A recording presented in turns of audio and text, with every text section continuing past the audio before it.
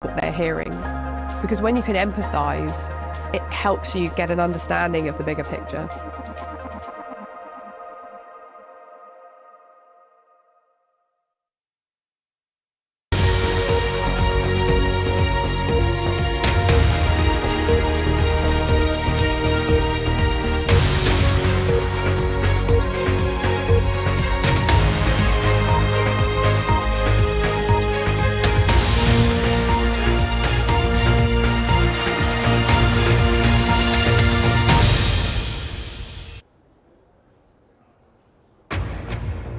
Today at 1, a warning to the Chancellor.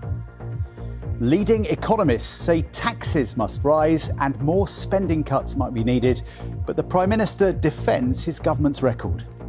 What's really important is that I'm very clear about our focus, which will be on living standards and making sure that people feel better off, partly because more money is coming into their pocket in the first place through better wages, and partly because we're bearing down on costs like mortgages. Also on the programme, President Putin meets President Trump's envoy in Moscow just 2 days before the latest deadline for a ceasefire in Ukraine. No evidence of bullying at Prince Harry's charity, but the regulator criticises all parties for letting an internal dispute play out in public.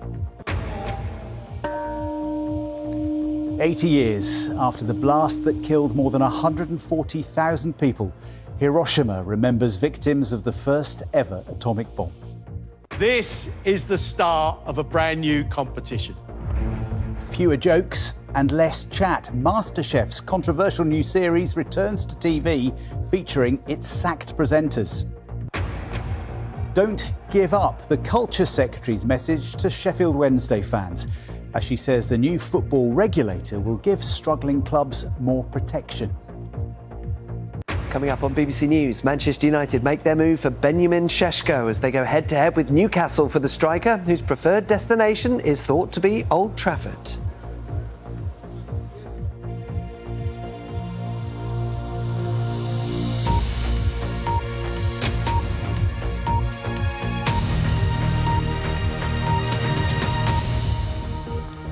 Hello, good afternoon. Welcome to the news at 1. The Prime Minister has defended the government's handling of the economy after a group of leading economists warned that the Chancellor will need to raise taxes in the autumn in order to plug a projected £41 billion black hole in public finances.